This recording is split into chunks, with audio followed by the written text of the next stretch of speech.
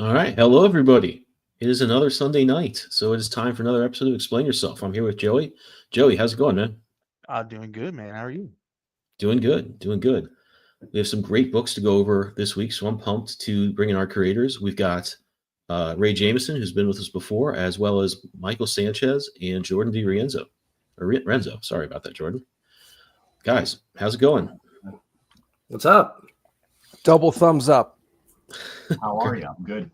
Good. It's great to have you all here. And I am excited to talk about these books because I think just some great concepts and artwork here. And I guess we'll just jump right into it. We'll start with Jordan and Michael's book. Actually, I'm going to throw it over to you. How do we pronounce this book? Ogiri. Ogiri. All right. I think that should have been my first question backstage. It didn't occur to me until I had to say it.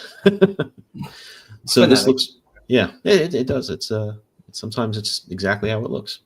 So really cool looking book. I love the visuals. I love the setting. It's kind of fantasy, but with some different elements. So I'll just let you guys tell us what is the kind of quick elevator pitch for Ogiri. Ogiri.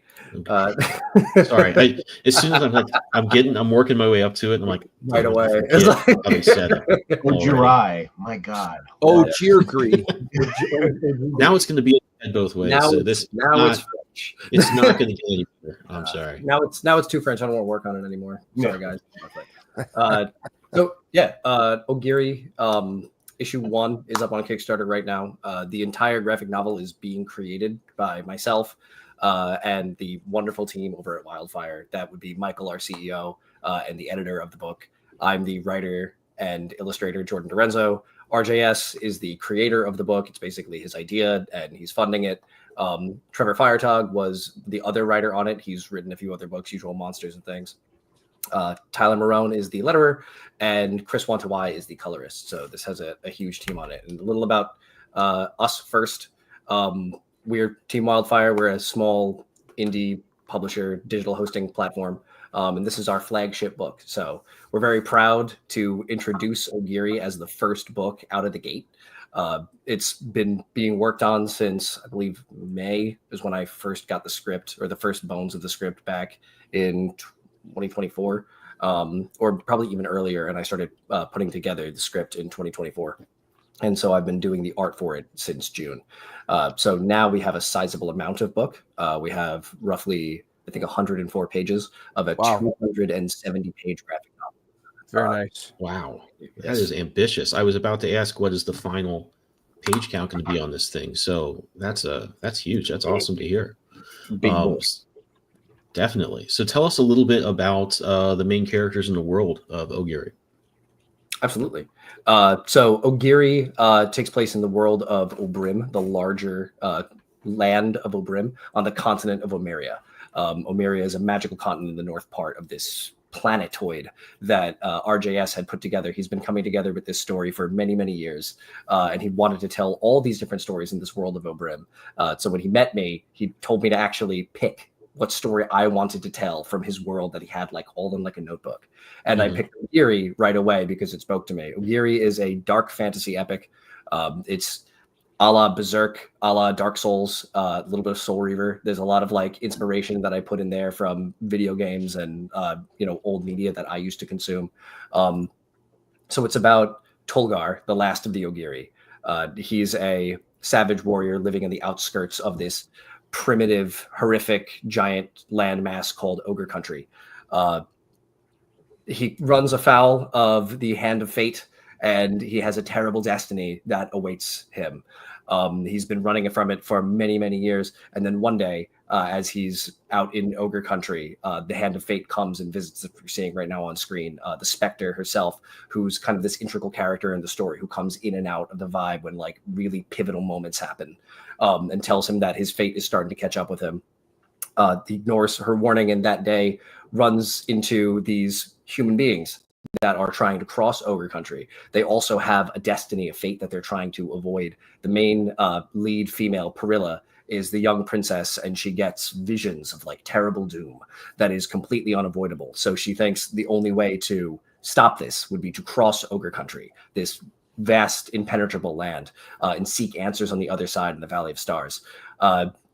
their quest is doomed right away, as Ogre Country is extremely perilous, and even powerful magi like them can't just cross it on a whim. They're attacked by ogres, and as fate would have it, Tolgar runs into them. So now he's faced with the choice to save these human beings from these horrific fate in the belly of ogres, which also might accelerate his terrible fate.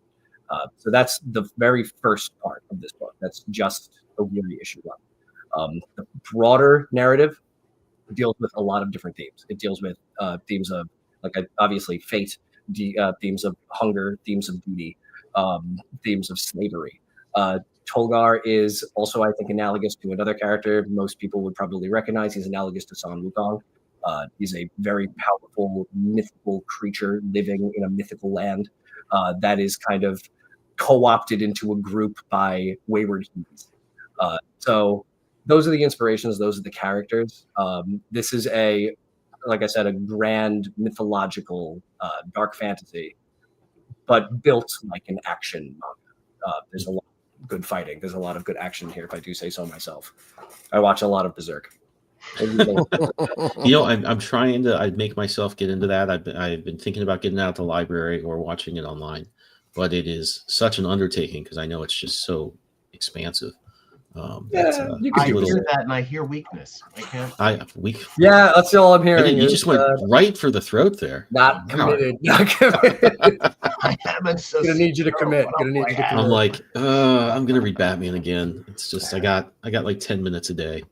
Whoa, hold on. I want to analyze that. Yeah, I know exactly where you're going with this, Jordan. Ogiri, Berserk is an undertaking, but Batman isn't. Isn't there like 10 trillion issues of Batman? Like, where do you even start? This is probably true. I think I'm coming in with I've also had 45 years to just kind of absorb all of it, and I'm pretty.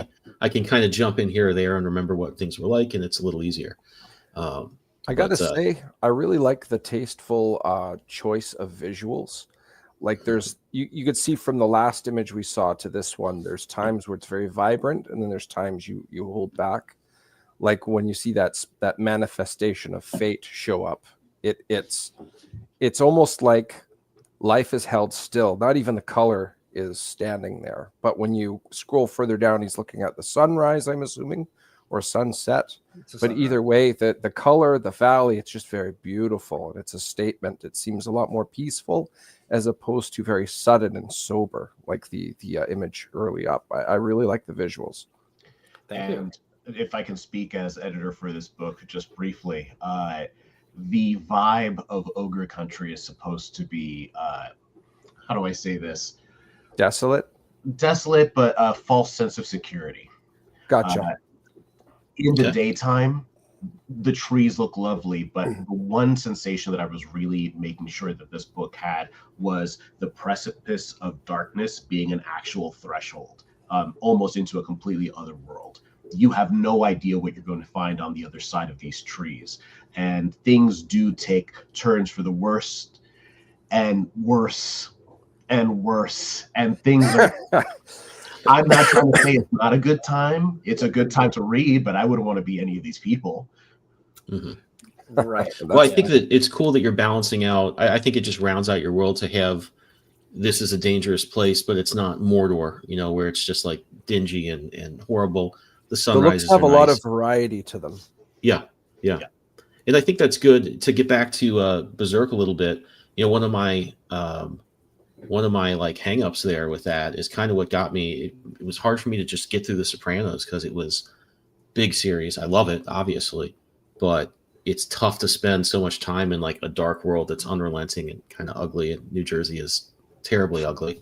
It's exactly how it looks in the show, and you don't want to kind of stay there that much. And I think that what you're kind of describing here is you do want the darkness and give you that drama, but you need to balance it out a little bit, which is, I think, a really nice. Not only do I like it as a general approach, but I love it in this preview pages where it's this dark, foreboding conversation, and you kind of got like this nice sunrise where it's almost, it gives me kind of like this attitude Hellboy has a little bit. He's kind of, okay, this is heavy, but I'm gonna take it as it comes, which is really cool. I think that's a great setup just the scene is almost like a trailer for your story. It's really cool.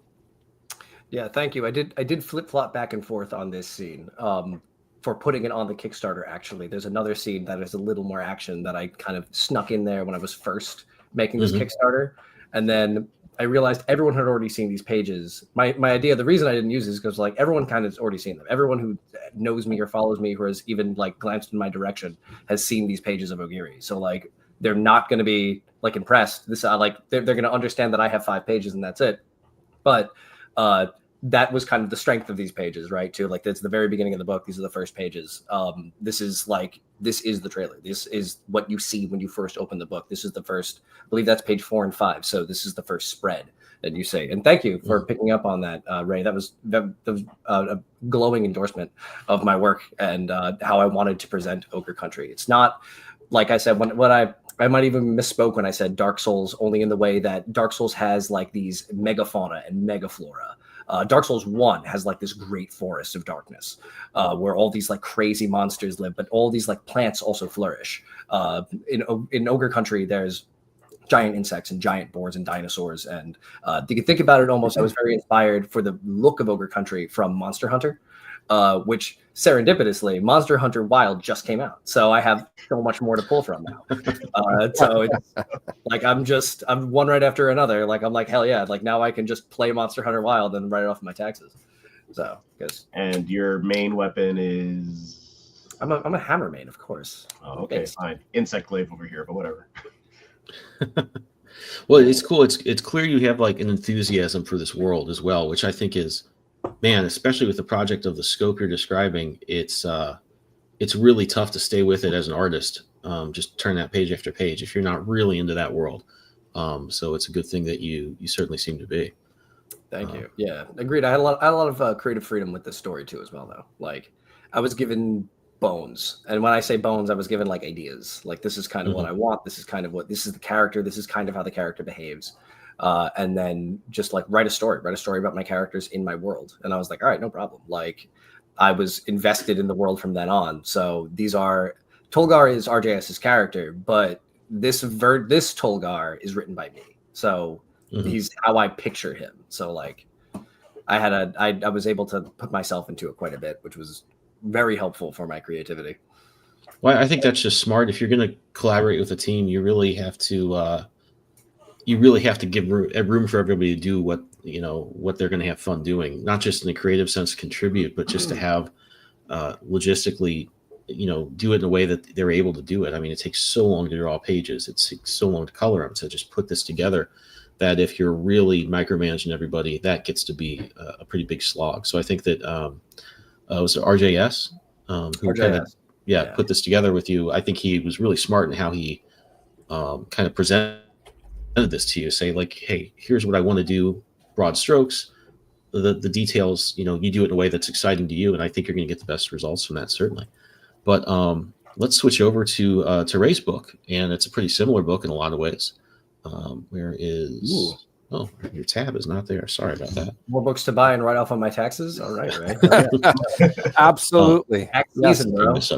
I need write-offs. It's a write-off. If this is write-offs, then I've got a lot of cool tiers for you. That's all I got. Yeah. Add-ons, everything. Forum. Okay, awesome. So my book is called The Madcaps. This is a 3-issue mini-series. Issue 2 is going to launch on April 1st. I've said this on other podcasts, but somebody told me, but because it's launching on April 1st, that the video should be a Rickroll, but it's not going to be. It's legit. It's a legit launch. This is a fantasy-based book, which is a very intimate setting. So as pointed out, there are some similarities. But one big difference is this is a very, very intimate setting. So what you guys are bringing to the table, if I had to compare it to like Tolkien, yours is more like the End of the Two Towers and Return of the King. Mine is more like the Fellowship of the Ring. This is all about 4 friends getting back together after a long time in their hometown. The reunion is interrupted by an undead outbreak. They're able to help out the guards stop this outbreak from spreading. One of the 4 is inclined to believe that the outbreak has something to do with a local drug problem with a fictional drug called Weave. So by the end of the first issue, they're actually intercepting some bandits that are transporting some of this stuff, and they're about to interrogate them. You know what? There was an image I forgot to share with you, Benjamin. Can I share it here? Yeah. If you could just send it to me, it's a little easier for me to just switch tabs. Done. I can do that. Let me do this here.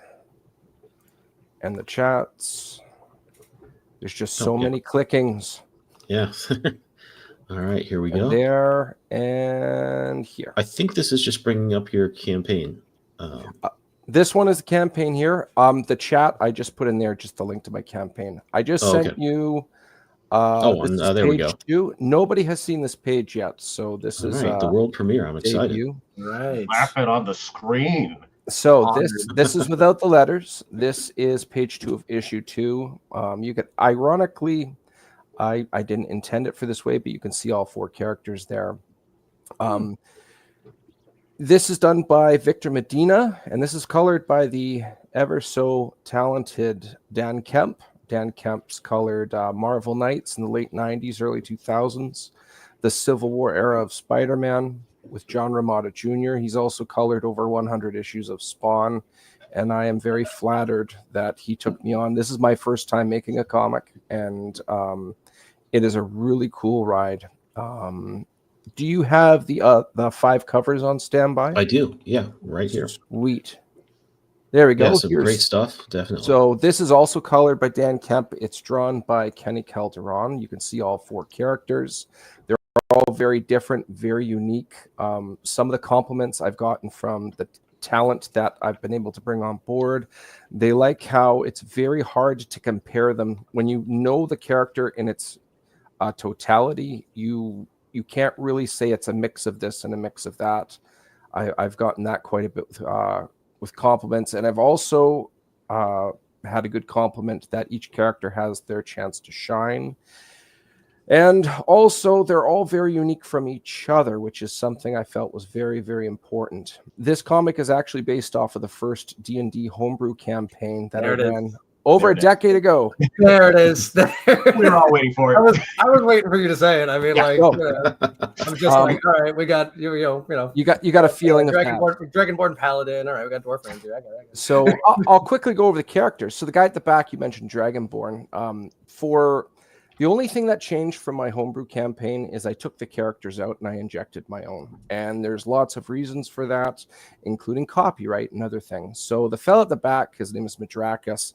He hails from a large kaiju-like electric eel that lives out in the oceans. As a byproduct, he can actually store up and vomit out lightning out of his gizzard. The most intimidating thing about him is actually his brain. He's well versed in he has a passion for the arcane, but as far as his skills go, he's amateur at best. We have the dwarf on the left, who his people leaving the mountains and starting the farming life. They have a culture of tracking and pacifying things that go bump in the night. They have a lot of experience with dealing with neighboring swamplands. The fellow at the front is a half dwarf, half gnome, a little bit shorter than your average dwarf, and he can't grow a beard. He's a North. I like that. No. He's a North. I'm going to use that, I think. I thank you for that inspiration. Dirty Nords. Don't just give the ideas away, Jordan. You're going to claim royalty? Yeah, that's it. One of the coolest things first. The fellow up front, Dunan Eni is his name. One of the coolest things about him is he's found out he's had this gift for somehow through the arcane. He can influence metals and crystalline structures. So you see over his shoulder there, that's actually a telescope. He's rigged it. It can actually blast raw arcana out of it. Mm-hmm. It syncs with his goggles to aim and whatnot. And then the fellow on the right is an uncommon form of elf known as an Arger. The reason his skin is blue is because his people live in a mountain range that's like riddled with silver deposits. So this happens with humans in real life. If they have enough exposure and they eat enough silver, their skin will actually tattoo blue. You can look that up. There was a guest once on Oprah. That lady on there was a Netflix documentary, The Mother. Yes, cults or that's something. another good example. Yeah, they started turning her blue after a while. So these elves, they're actually considered xenophobic. They want nothing to do with outsiders. And because this is fantasy setting, all of that silver in their system actually makes them quite resistant to magic. So mercenaries, mages, none of them want anything to do with his kind. This one in particular, his name is Chazgo. He felt his people were dysfunctional. He wanted to leave the mountain range, but his kind of people are killed on sight. He was approached by a being named Annette, which gave him some magical abilities. Very not that different from how the Venom symbiote was able to bypass Peter Parker's spider sense in order to bond with him. She was able to do a similar thing and give him some magical gifts. One of them is he can actually disguise himself. So he goes by a false persona, a human named Zen or Farron, and he's actually worked his way up representing a noble in their hometown of Ivywood. If he was ever caught, he'd probably be killed on sight by guards. Excuse me. But all in all, if you zoom out, every cover that I have for this issue, I wanted it to have something to do with what's going on in the story. I know lots of people that make covers upon covers. They'll have 13, 14, 15 covers, and it'll just be its own thing, have nothing to do with the story. I'm not against that. All the power to the people that do these things. I wanted everything to have some type of relevance. So you look at the cover, and I wanted it to draw you in and say, what is this all about? So that first cover, you see them walking into an uncharted path that has a lot of overgrowth on it. They're going to be going into I can't say too much, but it's the HQ of a distributor of this drug. So you can see all their various expressions. But I'll quickly go through the 4 variant covers. I saw you go to the first one there. All right. Oh, sorry. That's okay. Go ahead. On my computer. There we go. So that's Chazgo Blundale, as I was saying before. This is drawn by Jay Sloan, and it's colored by Dave Kemp, Dan's brother. That bird on his shoulder is actually a 3-eyed albino raven, and it's the first time you see this creature in this story arc. So I wanted to have a cover that just kind of debuted that creature, and the contrast of this pet keeping Chazgo company, while Chazgo seems to portray solitude while milling about his own thoughts. I've heard some people say it looks like he's on break during a day shift job while having a smoke, sitting on a milk crate outside somewhere. But 3 more covers. If you go to the next one. Yeah, I love this one. It has such a David Finch vibe to me. Yeah. Just really dynamic folds, and it gets in there. And I can't say enough about how much the colors are just all this detail that, the highlights and everything really pops. It's great. One thing I really appreciated was when this was sent to color by Dave Kemp, I didn't give him a lot of colors to work with, and he still made it pop. I was actually quite impressed with that. I was thinking maybe I'll have to change the look or something, but he did a tremendous job. I'm very happy with the outcome. Yeah, he really, got in there. I usually, it's to go with this bright with the highlights that you see on, because he's got a darker blue tone of his skin, and to really just pop to almost full white on the cheek there and some of the other highlights. Yes, it's tough to do, but I think it works really well. It doesn't wash out as well. It's just really cool and rounded. I'm definitely a fan of his work. Cool. And I'll switch you over to the next one here. So this is Dunanini, what'd you call it? The North, rather. Yes, the half gnome, half dwarf. He's just I really like that. I'm going to be using that, I swear, at some point. But anyways, there's some undead creatures closing in on him. You can see his telescope in action there as one arm flies off in front of the logo, which I thought that was a really nice touch. This was drawn by Russ Leach out in the UK. If you guys obviously like fantasy, recognize that name, yeah. You can check out his issue 2 of the Atlantean comes out shortly. He's drawing that book. It is one of the older stories that inspired Conan and many other stories to come to be. So if you look up the Atlantean, it's about a prisoner who becomes king. Very fascinating, but I was very fortunate he was able to fit me in. This was also colored by Dave Kemp. I don't know what else I could tell you about this. The last thing I will say about it, though, is even just the choice of coloring of what we made the entire horde like one base tone. to put more focus on the center. So not only did Russ Leach have the eyes draw to the center, but Dave Kemp also colored it to add to it furthermore, which I'm very happy with. Because of that lovely telescope firing off, a lot of people overlook the fact that there's a zombie's jaw being taken right off with that hammer. But You're right. The longer you look at that thing, the longer you look at that image, the more there is to see, which is really cool. Yeah, you can really get lost in it, which is fun. I mean, it's tough to draw like battle scenes like that. I whenever I kind of decide to do that, I'm kind of saying to myself, okay, this is going to be tough. Probably need to set up some reference, but I think it's worth it. You just give people a lot to look at, a lot of fun stuff. And I mean, I love how they're separating things out here. This foreground face is just so cool. Really rounded, unique, pops good. It's kind of looking at the viewer. It's a great touch. Yeah, I'm definitely a fan of how it turned out. And I believe we have two more. This one I just love. Kind of a Brian Hitch look here, almost. So here we have Madrakis. One thing that you see in this story is a little bit more of his abilities in the arcane. That's Victor Medina right there. Hi, Victor. Victor is the fellow who's drawn the interiors for this issue.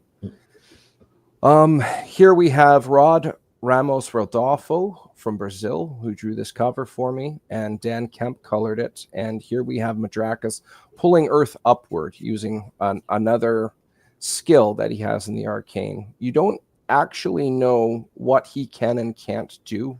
This entire story takes place in one night, and it's supposed to feel like the world existed before and the world will exist after the story. And certain things you wouldn't know about the people if you're just dropped into this slice of life. So it's nice to just introduce naturally as they come up little surprises about characters that you wouldn't know if you were just dropped in. So it feels natural, but at the same time, it's entertaining and fresh for the reader. This scene being one of them. That was one of the things when we talked about their first issue that I thought was really great. Was I thought the structure that you've set up for this was really so good. It was kind of like a screenplay. I was surprised to hear that it was adapted from a campaign. I mean, although that does make sense as a basis, but you kind of got the thing where you really you can do the exposition however you want to do it. You can make it fun to reveal things to the character about the characters the readers don't know. You've got the perfect kind of setup with the characters themselves and that they haven't seen each other in a while, so you can kind of introduce things. And the way that everybody else reacts to them, it's like either like, yeah, we knew you could do that, or wow, we didn't know you'd learned that. So I think you just got a perfect setup for kind of making the characters and their relationship to really breathe and come to life. Thank you. One thing I do want to add to that, one of the most I think anybody, writer or non-writer, if they ever watch a movie or read a story, I hate lazy ways of introducing details about a character to the reader. Like two men walk up to each other. How are you doing today, brother? Like nobody speaks like that. And it's just in there so the reader knows they're brothers.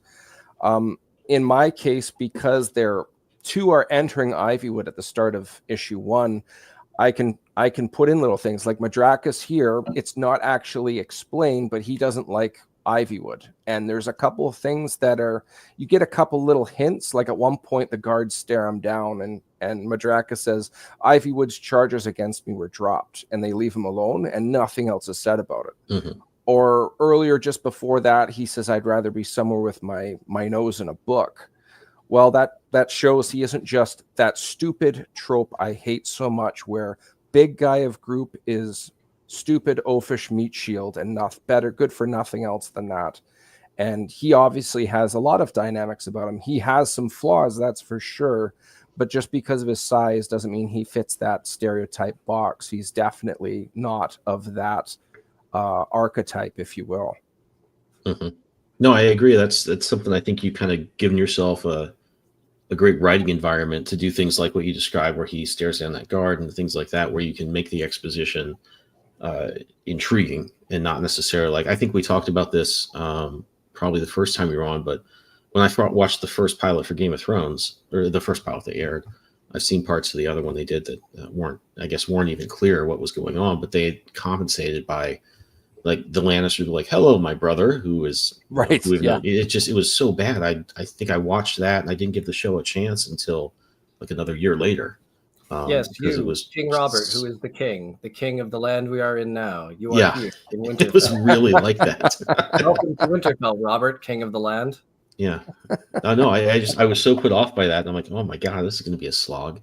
And didn't give it a shot until a little bit later. But, I can see, I guess the backstory there is they did the first pilot a little more subtly, and people were watching it. They had no idea like any of the Lannisters were related. So obviously you have a little bit of peril on the other side as well.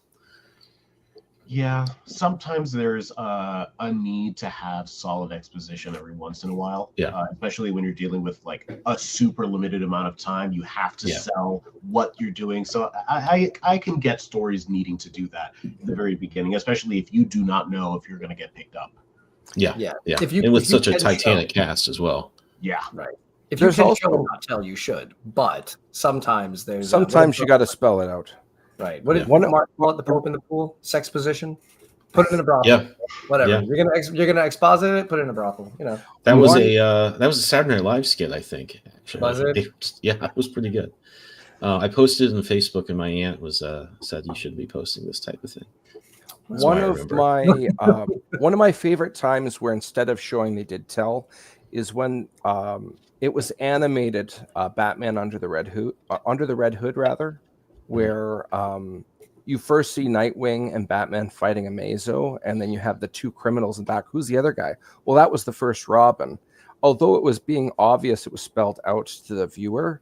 It did feel more natural, and that's a hard one to do if you're going to spell it out like that. I felt that was a good example of where it was justified, and it did feel natural despite how it was being delivered. Yeah. Right. Yeah, and I think you can explain away that, like, you have, I mean, if that were a real world in Gotham and all that stuff, you've got bad guys are in jail for, half their lives and stuff, so they wouldn't necessarily be up on every in and out of that. So I think it makes a little more sense, and certainly makes sense to take those layups when you get it. But let's before we switch over, let's go over your last cover here, which I think is really cool. So this one's a little more abstract. This is drawn by Jenna Stark.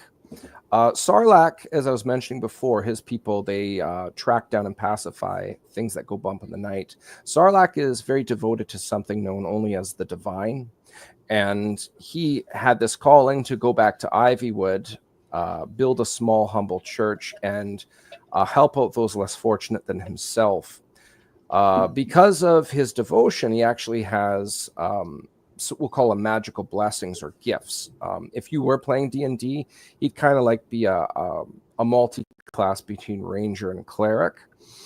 Although Sarlacc would never ever appreciate a stained glass setting of himself like this, he wouldn't want that type of attention. He would rather deflect off of that which he believes in. I felt it was fitting, and it just looks so cool. Jenna Stark drawing this, and then Dave Kemp coloring it up. This cover is going to be a limited edition, and it's going to be metal foil to add to the stained glass effect. It's really going to pop. Cool. So I'm really looking forward to getting my hands on a physical copy of this one. This one is very, very it's just very special looking, and I know the end result is just going to add to that. It's going to be really cool. Yeah, doing that the way you're going to print it up is just going to be awesome. What a great idea. Victor Medina, who's been drawing the interiors, he says Sarlacc is his favorite. And in the first issue, he likes how Sarlacc has certain lines. Like at the start of the issue, he's just in his civilian clothes, and he's helping out at something that's referred to as a harvest gala, and that's when the outbreak happens.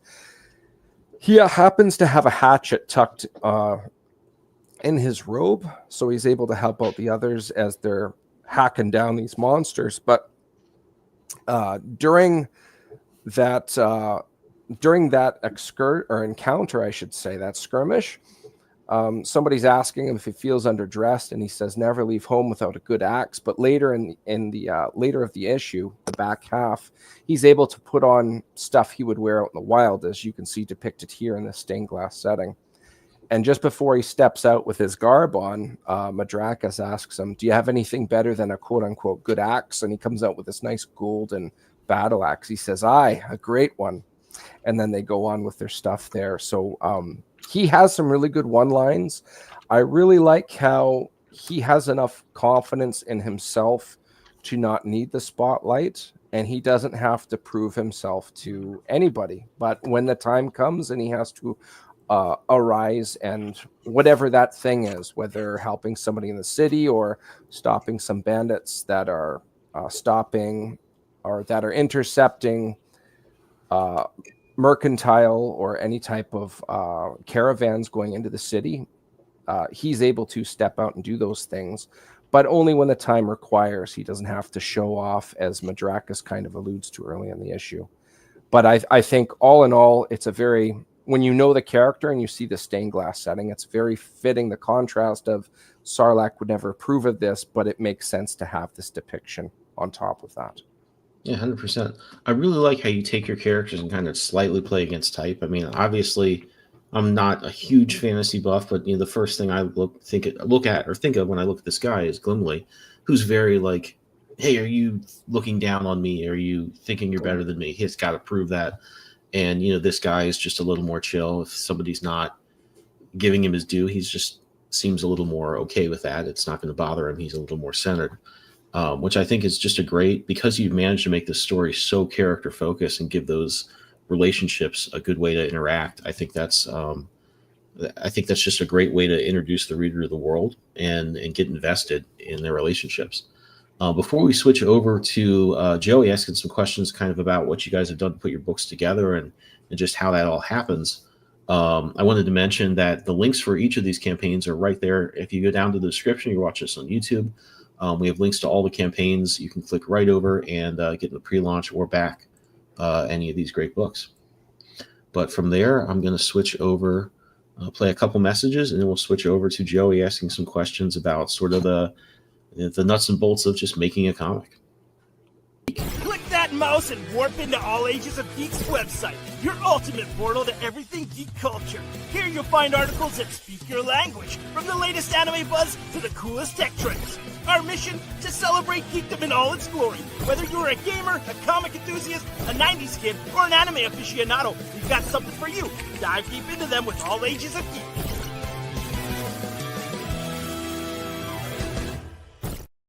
Your comics take a lot of time and effort to create. Way too much to have them get damaged while shipping to your backers. Gemini Comic Supply mailers keep your comics safe in transit, and with the code GeekCollective10, you can get those mailers with 10% off your order. That's GeekCollective10. Enter it at checkout to get 10% off. All right, Joey, the floor is yours. All right, thank you guys for hanging out with us and allowing us to kind of let some of our sponsors kind of take over there for a second. If you guys can do me a favor, go head on over to allagesofgeek.com and check it out. They have all kinds of really cool stuff. They have everything geeky. You can find some really cool stuff about comic books, some games, anime, whatever you guys want. It's you're gonna find it there. They also do podcasts and all kinds of really great things. So head on over to allagesofgeek.com and check that out. Make sure you guys are using Geek Collective 10 at checkout when you guys are heading on over to Gemini Comic Supply. That helps us keep this show free, and it also helps keep these seats that all of these guests are sitting in free.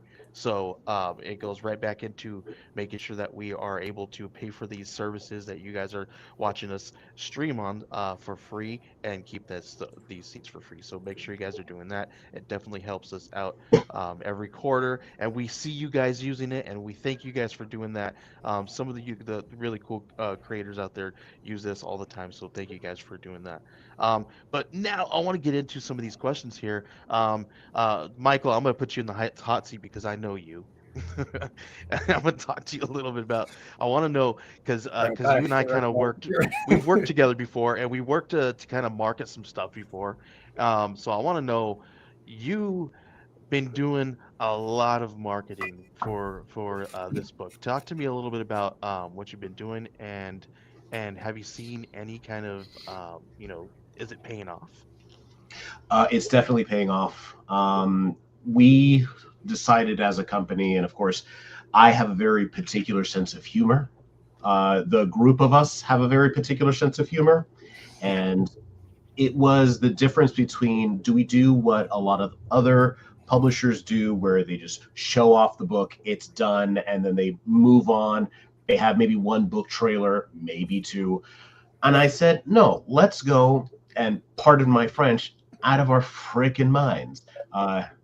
And so we decided to go for more meme culture inspired by, like, Adult Swim, catchers. I love Toonami, so just getting that vibe out there. I created and edited a few of our advertisements so far. There are a lot of folks that are doing it right out there, and I said, none of this is supposed to be that difficult. Let me just see what my brain can do. And unfortunately, they produced a lot of what you see, and Jordan produced a mountain of memes. And I've never known someone to be more broken than me when it comes to making content like that. But thank you so much, Jordan. Yeah. To be fair, a lot of that is also the work of Alex, who is our social media manager, who we hired a little while back, who works for Crackers and Peanuts, and he's a Zoomer, so he gets memes and meme culture and the internet on a level that people who cross a threshold of 30 just simply can't anymore. Your brain doesn't work that way. You've paid too many taxes. After a certain amount of time, you've paid too many taxes, and Listen, the internet I doesn't make sense. didn't think that I was gonna be the one that said I really don't, looking at my wife and say, I don't get this culture, these kids today. I'm like, what the heck? Who did I turn into? I'm like that weird old guy that, like, doesn't get this world anymore. I mean, Yeah, having a Zoomer on your staff definitely helps, mainly because they can stay awake for a lot longer. Their knees don't hurt as much. Their fingers aren't riddled with arthritis anymore, so they can type at speeds like 4 words a minute. It's crazy. This is reminiscent having a mental breakdown. This is reminiscent of an old Bruce Wayne when he says, "I used to be sentimental back when I was old." Long ago, when I was an old man. Yeah. It's true. My son will show me. He's like, look at this meme, and I'm like, I don't get it. I'm like, no cap, dog. You gotta unplug the cork of your brain and just you gotta brain rot it a little bit. No, I think you need to cut it off at some point. At some point, it's just not. I'm 45. I don't need to know who Sabrina Carpenter is, and I'm too old to learn. Take her name and good idea. 20 years. Yeah, they'll be next year. Maybe I'll figure that one out. Okay, the 5 of us will make this comic together. We're gonna call it Skibbity Toilet Ohio Riz. Ohio Riz, yes. Skibbity Toilet Ohio It's gonna Riz. be all about the Sigma Rizzler. Yeah. No Oh cap. my God. No cap. It'll break. It'll break Done. It'll break Kickstarter. My nephews have started to explain some of that stuff to me. I started playing Fortnite because I can talk to them and we can fight people in there. I literally had like a 45-minute conversation with my son about what Skibbity Toilet is, and I still don't understand it. You're not supposed to. I was not. It didn't clarify itself in the course of the conversation for me either. I'm not. It didn't sink in. I didn't get it. We're dating every minute we talk about this more. We get older and older. That is not only is that a fact, but it's like I feel it. Like I feel seconds ticking by. It's just like, I feel mortality. You guys want to talk about basketball? I get that. Yeah, please. Masters are coming up. Let's talk about that. We can talk about golf. Taking like damage. But in terms of how the sausage is made, yes, in terms of creating targeted ads, making sure that we have content that's vibrant, poppy. I don't necessarily vibe with things that just sit in silence. We try to be as aggressive as possible because, Instagram, the algorithm wants content. It wants you to feed the beast as much as possible. And doing that is a lot harder than you think. And I think you hit the nail on the head there, right? I don't think it. So here's the thing, right? Social media is it really loves consistency, right? Yeah. And if you're consistent, it will reward you. And it doesn't matter what kind of content it is. It Wants you to can be matter. consistent. It can matter. It should be Yeah, you're tailored. right. Yeah. I don't want to say Mhm. that can't or doesn't, right? Right. But Like, I I mean, think we saw a massive boost in our engagement and what we're able to produce and what we're able to create once we actually had a product. Because we were doing this for months and months before that. Wildfire was just like this nebulous thing. We were working on books and we knew we had books and we really weren't showing much of them. We were showing like what we could. But now that Ogiri is a product you can buy, you can have. The Ogiri is something that you can physically possess.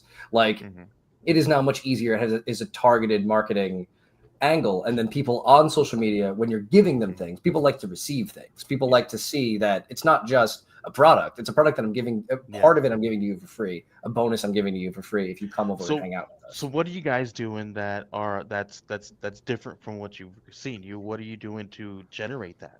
Well, it's a big part of it is going to be using the books that we produce in-house to build marketing and have an almost like circuitous relationship with Wildfire marketing, and creating through lines in that way. So for instance, we have Tolgar in a lot of memes, a lot of marketing that we've created so far. We always attach Wildfire Ink to that. When I have my book coming out later on this year called Thunder, I have a bunch of characters that I have different things that we'd be producing for that. But all of it's also going to be promoting Wildfire Inc.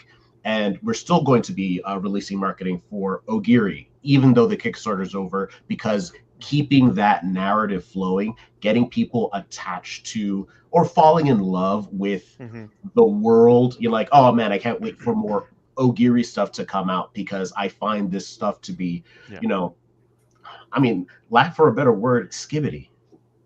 Stop, Michael. Oh my God. We've explained we don't know what that means. Have I said that correctly? Tell me like I'm 2 years old. No, I think you hit it on the nail again. The nail on the head again. There, where with consistency, right? What did this nail do to you? What's happening? I don't know. It's weird. It didn't have enough Riz. No, she didn't. So L Riz is the beta nail. But no, yeah, you did it again, right? Consistency, right? It goes along with that again, where you feed the beast again, right? But if you continue the narrative even after the campaign's over and keeping it in the forefront of people's minds, it does create this need and want to see more of it, right? Especially if you're showing finished pages or finished books or actual books and people reading it and talking about it and things of that nature after the fact. There's definitely something as a post campaign, right, where you do all the pre-campaign stuff, you do the campaign stuff, and then there's post campaign stuff, and a lot of that still. So I love the fact that you guys are still continuing to put some marketing in the post campaign. Just to add a little thing though, it's nobody really falls in love with an entity, right? No one really falls in love with a company or the story. They fall in love with the characters. And specifically, Tolgar is a brilliant character that Jordan created. Prilla is a brilliant character. And it's just like, we would be fools to not capitalize on these characters for our own marketing and to help push the books. People want to know who these people are. And that's what I want to do for all the books that we have. Just create a bevy of mascots and then just make keychains so that everyone understands that capitalism is still God. Yeah, right. It's not where I thought this statement was going to end, actually. Don't worry about it. Surprised. We're trying not to go there. We're not going to go there. Remember who we're talking about Ogre Country? It's like you never know what's about. That's just talking to Michael. That's every conversation with Michael Sanchez. Danger around every turn. I want to switch gears. I want to talk to you, DM, about some of his stuff. And you said this is your first foray getting into this thing, right? Yes. This is your first time around. So, what have you done to kind of, as a newcomer on the scene, to get your work out there? How hard or how difficult was it to get into the market? Well, for me, The one thing I really held tight on is the talent that I was able to bring on board. It was really weird because you just ask these people and they say, yeah, sure. And I'm just baffled. So does anybody remember when Julia Louise Dreyfus from Seinfeld, when she got the Mark Twain Award? Of course. She had Jerry Seinfeld give a speech about her during that awards ceremony. And he said the reason my show was so successful isn't because of me per se, or the writers, or my co-writer, or anybody else. He says, I feel that one of the largest contributing variables was because I surrounded myself by funny people, in reference to the other three actors. And it's up to the reader to say whether or not I'm a good writer. And this is the first time, so I'm in a chicken or egg scenario. So fortunately, I had some good talent, and I had them speak for me. That was one of my avenues of getting the product out there. Another thing I really heavily wanted to do was I wanted to do a good trailer, and I've been playing D&D with some voice actors in California. And are you able to show, or we could show the trailer after, I guess. But anyways, the trailer, anything I show, be it the art, the trailer, or anything else, it's got to be a statement, because this is the first time people are taking a chance on me. It's not like they're building, per se, momentum off of things I've done in the past. I'm not established. Other things I will do is, this time around, I had a line art contest for Dan Kemp to color. And so in order to enter, they would have to share my post and then comment with a medium resolution picture of what they're entering in the comments of my post, in turn to get the name out. Anything like you guys have mentioned, for my first issue, I did a couple of memes, of course, as well.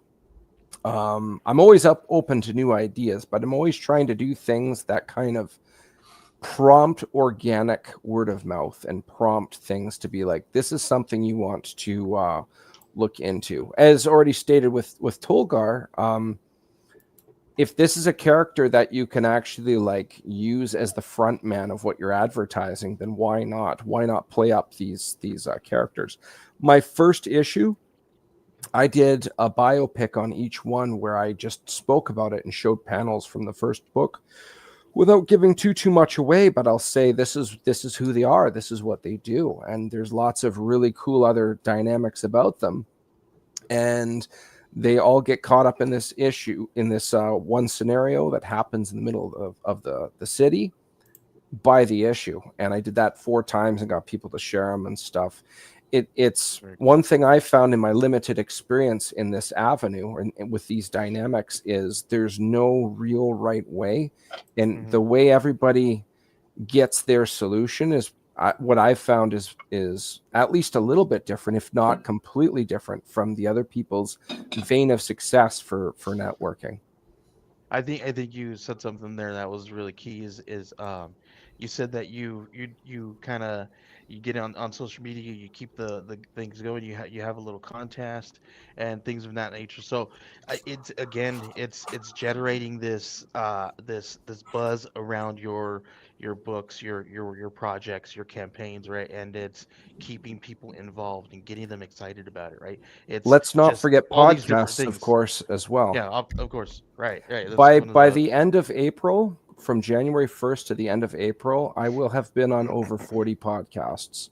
Yeah, wow. You just got to get that name out there, right? Like, this is the thing: is you gotta be relentless, don't be relentless. Don't give up, and don't ever let a day go by without you being seen somewhere. So that it's, and however whatever that means for you, make that decision for yourself. But that's one of the biggest things, that before, during, and after your campaign, you have work to do, and it's to be seen talking about your work. Like even this last week, every day at 9 p.m. Eastern Standard Time, I've been having a countdown, a different cover. The interiors you just saw today, that's going up tomorrow, and it's just a countdown to having this launch party. And we're going to have different talent on the launch. I guess a launch party would be another good example of that, where we talk about what they're getting themselves into. We can talk about all the cool widgets and everything else. Here's the thing with launch parties, though. You got to be very careful with some of the things that you do, right? You got to, number one, have a base that is actually going to follow you, right? And then if you decide to do like giveaways and things of that nature, you also have to make sure that you have enough people that are doing that as well, right? Yes. You want to make sure that you are having somebody to join to give these things away. You don't want to give the same 5 prizes to the one person watching. Exactly. Yeah. So you gotta think these things through, especially if it's your first time around. All right, we got about 5 minutes left. We don't have any more time to talk about any more marketing stuff. We could talk about that all day, all night long, but we're gonna kick it back over to Ben to talk about his books and his new segment that he loves so much. Right, Ben? We do. I love this segment. We'll do it.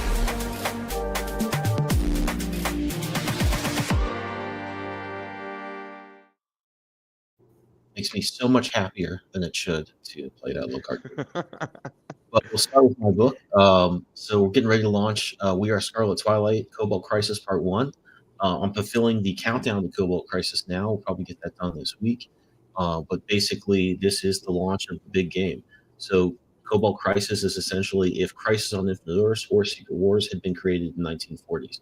So you can get all the types of things you get in Crisis and Secret Wars. Characters evolving, deaths, epic stuff, universes colliding, but kind of done in that golden age pulpy atmosphere of style. So I think it's a great reason to I wasn't sure I was going to go back to this. I needed a good reason to do it because I liked how the first Scarlet Twilight ended.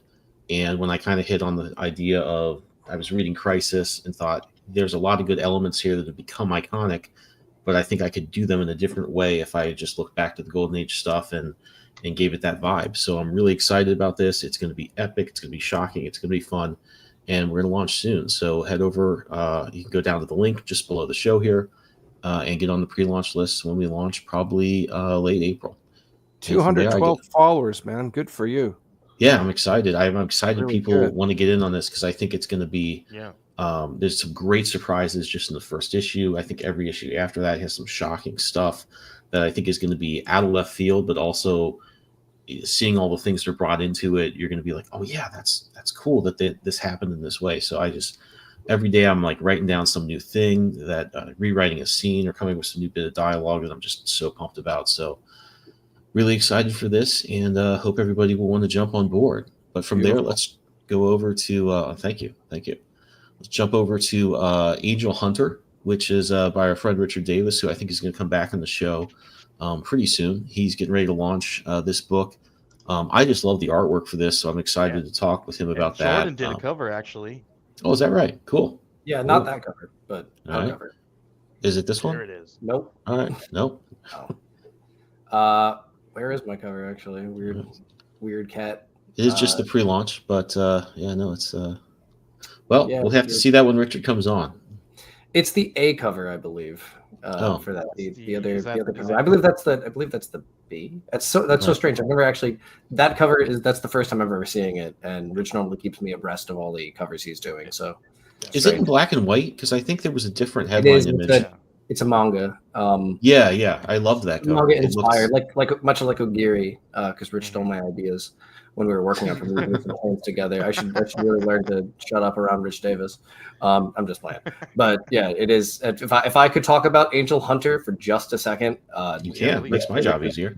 Yeah, Rich Davis is putting together like a manga called Angel Hunter. The story, he hasn't really given me much of the details of it yet, but I do know that I believe at time of filming or time of writing right now, it is 111 pages. The interiors are done by Les Lyndon Gardner, who's an excellent artist who's worked for Source Point Press a ton of times.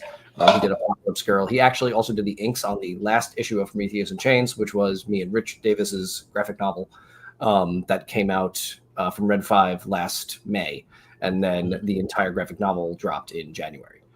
So Les is a good friend of mine and a good friend of Rich, and he's doing the interiors for this. And if I'm not mistaken, Rich is launching this entire book in its entirety. So this will be like a straight up graphic novel right out of the gate.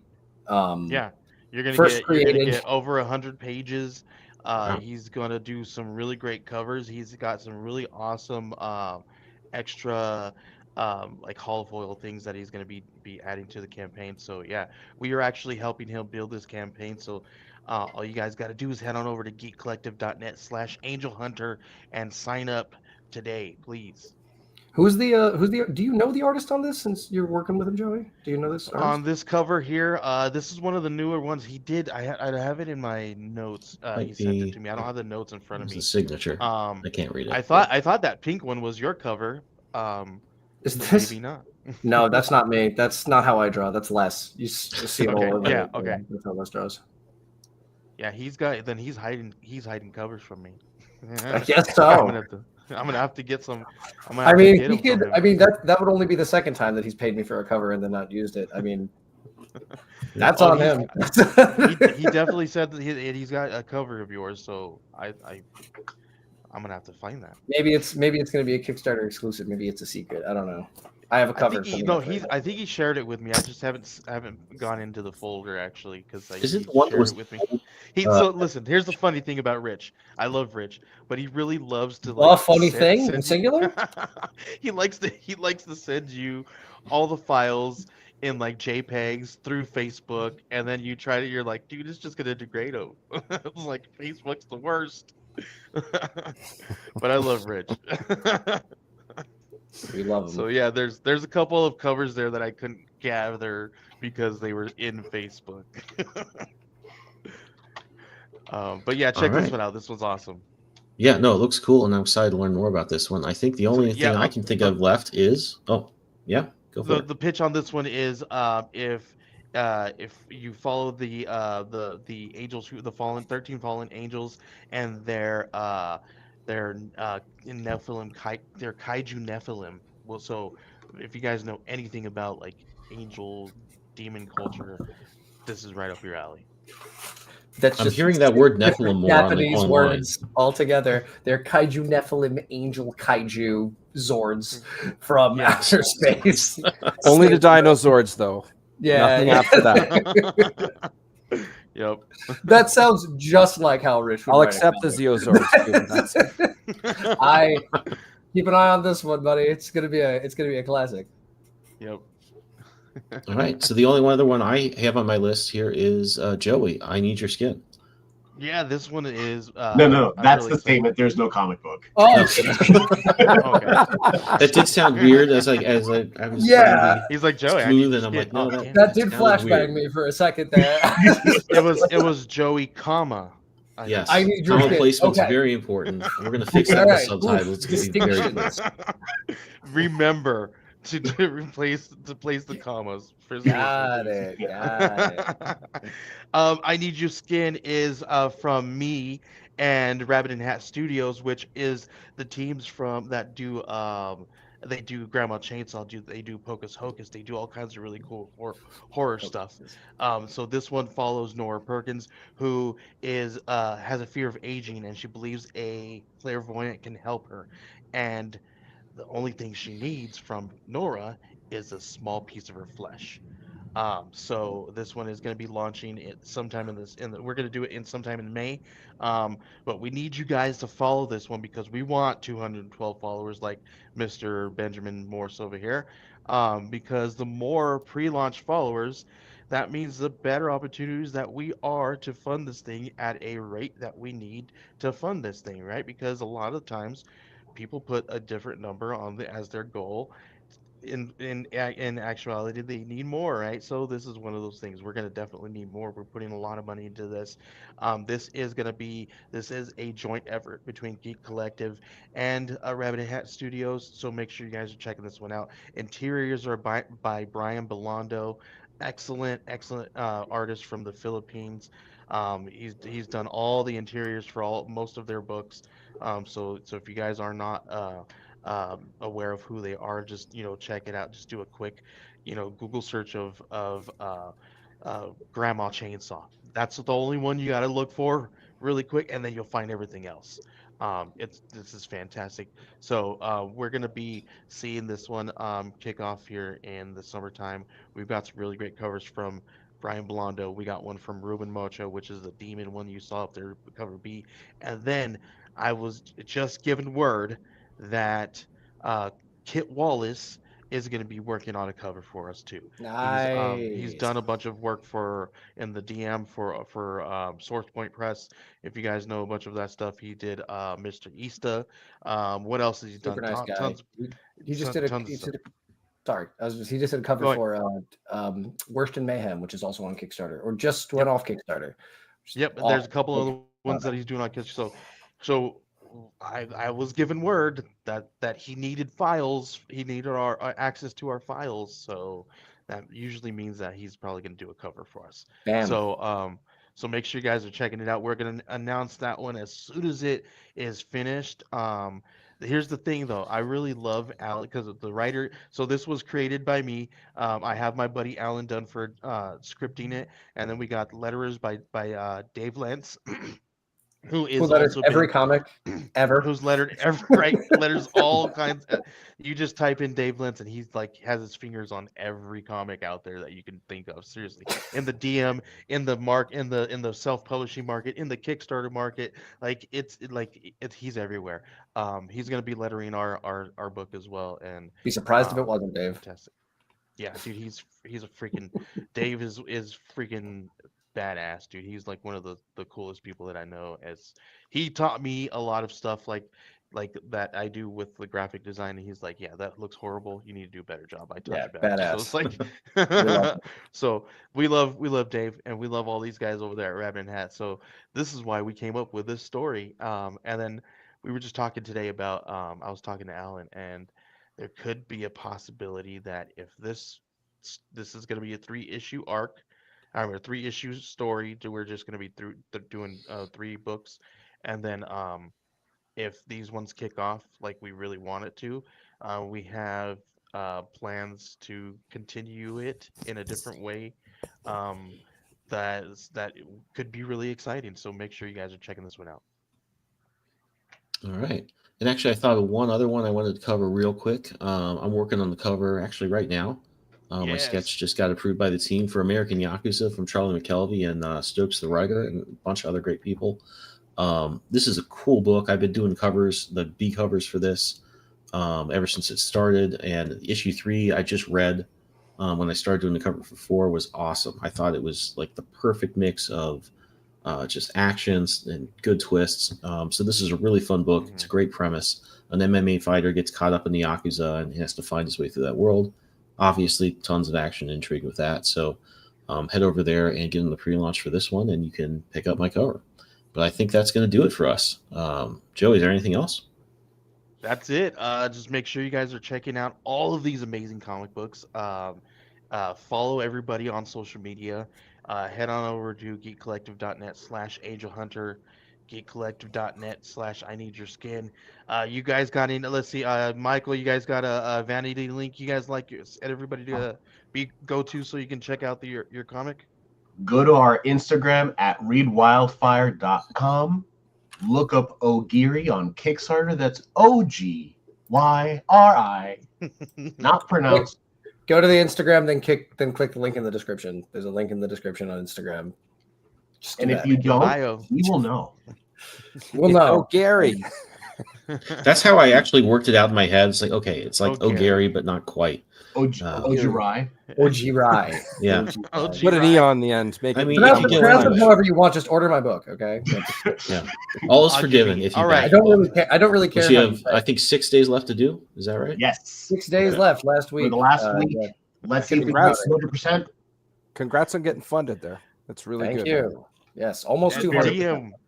Please tell us where they can find your book and you as well. So you can find the Madcaps issue number 2 with the chance of buying in on issue number 1 as well on Kickstarter. You can find me as DM Ray. DM is short for Dungeon Master. You can find the Madcaps Facebook page. You can also find me as Raymond the DM on both Instagram and as what I like to call Twixter. We don't have enough time to show my trailer, eh? We're at the tail end of that.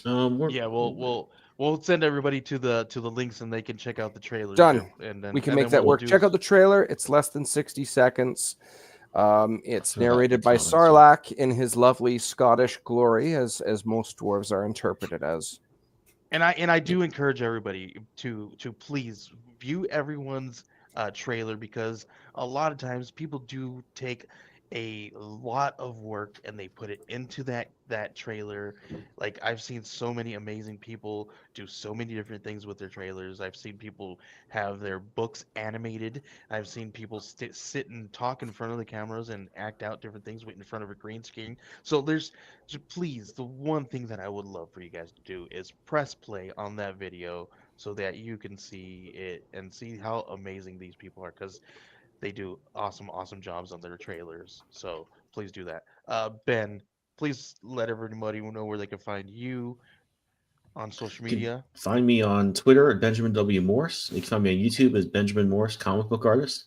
And that's pretty much where I spend most of my time. But I just want to mention, as far as these books, you can go right down in the description on YouTube. The links are right there. You can head over to these pages and back these great books, which I've had a great time talking about. Guys, thank you for coming on the show and sharing this with us.